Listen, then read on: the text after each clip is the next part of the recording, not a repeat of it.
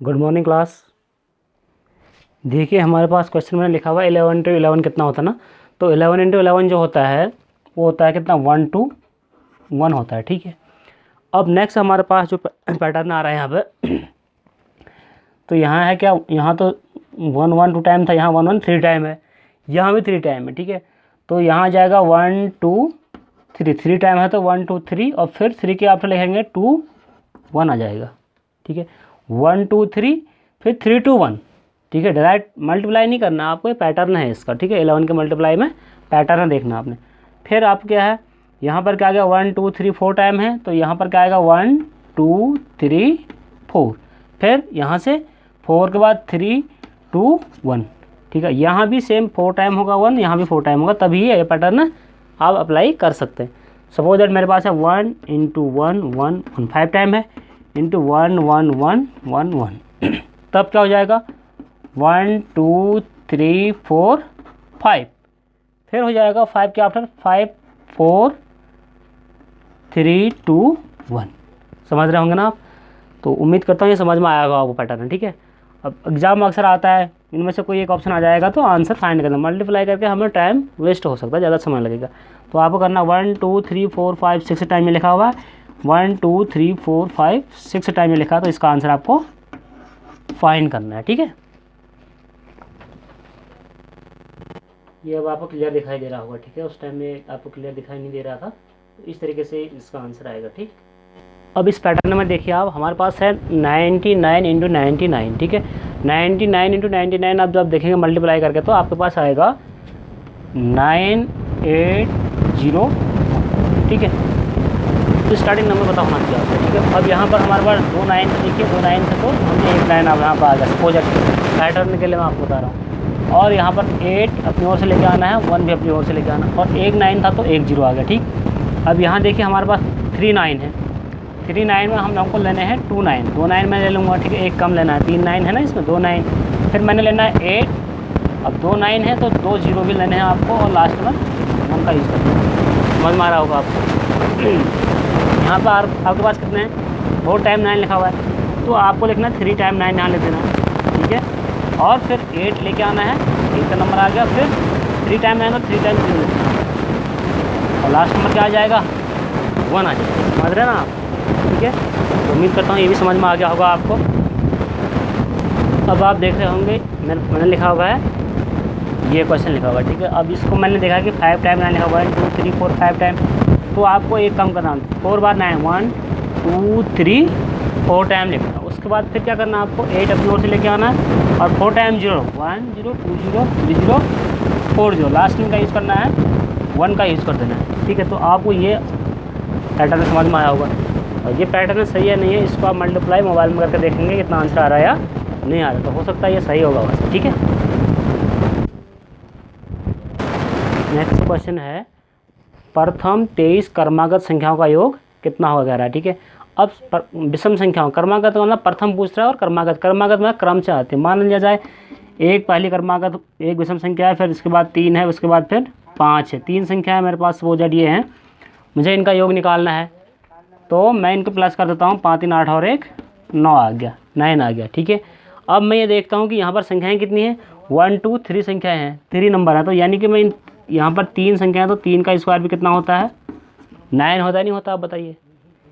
अगला देखिए आप 1 + 3 + 5 + 7 करता हूँ, तब 7 5 12 3 15 और 1 कितना आ रहा 16। संख्याएँ कितनी है यहाँ पर, 4 संख्याएँ। कितनी संख्याएँ हैं, 4 संख्याएँ, तो क्रम से होंगी लेकिन बीच में गैपिंग नहीं होगी। ठीक है, लगातार होंगी वो सम संख्याएँ, तो ये हो जाएगा 4 का स्क्वायर यानी कि 16 है।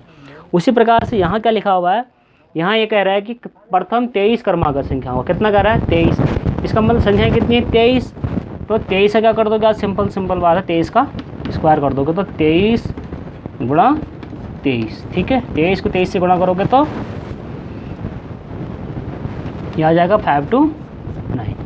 ठीक है, वैसे भी आंसर आ सकता है, पहले आप 1 लिखो, फिर आप प्लस करो, फिर आप 3 लिखो, फिर 5 लिखो प्लस, फिर 7 लिखो, फिर 9 लिखो, फिर 11 लिखो, फिर 13 लिखो, है ना। 23 नंबर आपको फाइंड करें, 1 2 3 4 5 देखना पड़ेगा, 23 कब आ रहा है, उसमें टाइम ज़्यादा लगेगा। तो डायरेक्ट आपको कोई भी आता है, सपोज आपके पास आ जाता है, सवाल बदल जाता है प्रथम 30 क्रमागत संख्याओं का योग कितना होता है, तो आप क्या कर देना, सीधे सीधे 30 का स्क्वायर कर देना, यानी कि 900। समझ में आ रहा होगा ना। तो क्वेश्चन ऐसे आसानी से बन सकता है, ठीक है। अब नेक्स्ट क्वेश्चन देखिए, आपके पास लिखा है 1 का स्क्वायर प्लस 2 स्क्वायर प्लस 3 का स्क्वायर प्लस 4 का स्क्वायर प्लस 5 का स्क्वायर इन टोटल संख्याओं का योग कितना होगा। तो मैंने लिख दिया कि इस तरीके से संख्याएँ आती हैं। प्रथम n क्रमागत वर्ग संख्याओं का योग का फॉर्मूला ये होता है, ठीक है। यहाँ पर n का मतलब है संख्याओं की कितने टर्म है ना, संख्याएँ कितनी, 1 2 3 4 5 का लिखा हुआ है। तो इसी में अप्लाई कर देता हूँ, देखो मैं पहले आपको, ठीक है। 5 मैंने कर दिया और यहाँ कर दूँगा 5 + 1, यहाँ जाएगा 2 गुणा 5 + 1 बट्टे कितना है 6, ठीक है। अब 5 और 1 6 हो जाएगा, 5 गुणा 1 कितना हो जाएगा, 5 गुणा 6 हो जाएगा, और फिर 1 गुणा कितना हो जाएगा, 5 गुणा 10 और 1 11 बट्टे नीचे कितना आ जाएगा 6, ठीक है। 6 आ गया, 6 से कैंसिल करोगे तो 11 बच्चे 55 आ जाएगा, कितना आ जाएगा 55 आ जाएगा, ठीक है। अब अगर इसको आप ऐसे ना करके आप कैसे कर सकते हो, मल्टीप्लाई करके भी देख सकते हो, देखो ठीक है। आप नहीं मल्टीप्लाई करके नहीं, प्लस करके देख सकते हो आप। सपोज अगर 1 का स्क्वायर 1 होता है, 2 का स्क्वायर 4 होता है, 3 का स्क्वायर 9 होता है, 4 का स्क्वायर 16 होता है, 5 का स्क्वायर 25 होता है। तो 4 1 5 9 5 14 और 6 20 का 25 का 5 2 3 3 2 5 55 आ गया, आया ना 55। लेकिन आपको क्या करना है, छोटे क्वेश्चन में तो इस तरीके से हो सकता है, लेकिन बड़ा लार्ज नंबर आ जाएगा 6 का स्क्वायर प्लस 7 का स्क्वायर प्लस 8 का स्क्वायर, इससे बड़ा नंबर आएगा। तो आपको अप्लाई करना है n + 1 n + 1 अपन क्या करना है 6, ठीक है। n का मतलब है संख्याएँ कितनी, 1 2 3 4 5 6 7 8, ठीक है। और n क्रमागत का मतलब संख्याएँ क्रम से होनी चाहिए, 1 2 3 4 5 6, गैपिंग किसी की नहीं होनी। अगर किसी संख्या का बीच में गैप हो जाएगा तो फिर फॉर्मूला अप्लाई नहीं होगा, ठीक है। तो ये है n क्रमागत वर्ग संख्याओं का योग ज्ञात करने के लिए फॉर्मूला, ठीक है। n जहाँ संख्याओं की संख्या। नेक्स्ट हमारे पास है प्रथम n क्रमागत घन संख्याओं का योग ज्ञात करने के लिए फॉर्मूला है, ब्रैकेट के में लिखा हुआ है n + 1/2 का होल स्क्वायर, ठीक है। अब यहाँ पर कितनी संख्या देखो, यहाँ पर क्रम से लिखा हुआ है, गैपिंग बिल्कुल नहीं, यहाँ पर घन है, क्या है पावर 3 है। तो हमें 1 2 3 4 टाइम लिखा है, तो यहाँ अप्लाई कर दोगे 4 और 4 + 1 अपन क्या करोगे 2 और कर दोगे स्क्वायर, ठीक है। इसको सॉल्व करोगे तो 4 का 4 4 और 1 5 बट्टे 2 करोगे, भाग करोगे 2, तो 5 दूना 10 आ गया, ठीक है। तो 10 का स्क्वायर कितना हो जाएगा 100, तो आंसर किसका कितना आ जाएगा, इसका 100 आ जाएगा, ठीक है। तो घन कर ले, घन अगर आता है तो ये आपको अप्लाई करना है, ठीक है। तो क्वेश्चन बड़ा भी हो सकता है, क्वेश्चन बड़ा बन सकता है इसमें, ठीक है। तो ये आपको देखना है इसमें, ठीक।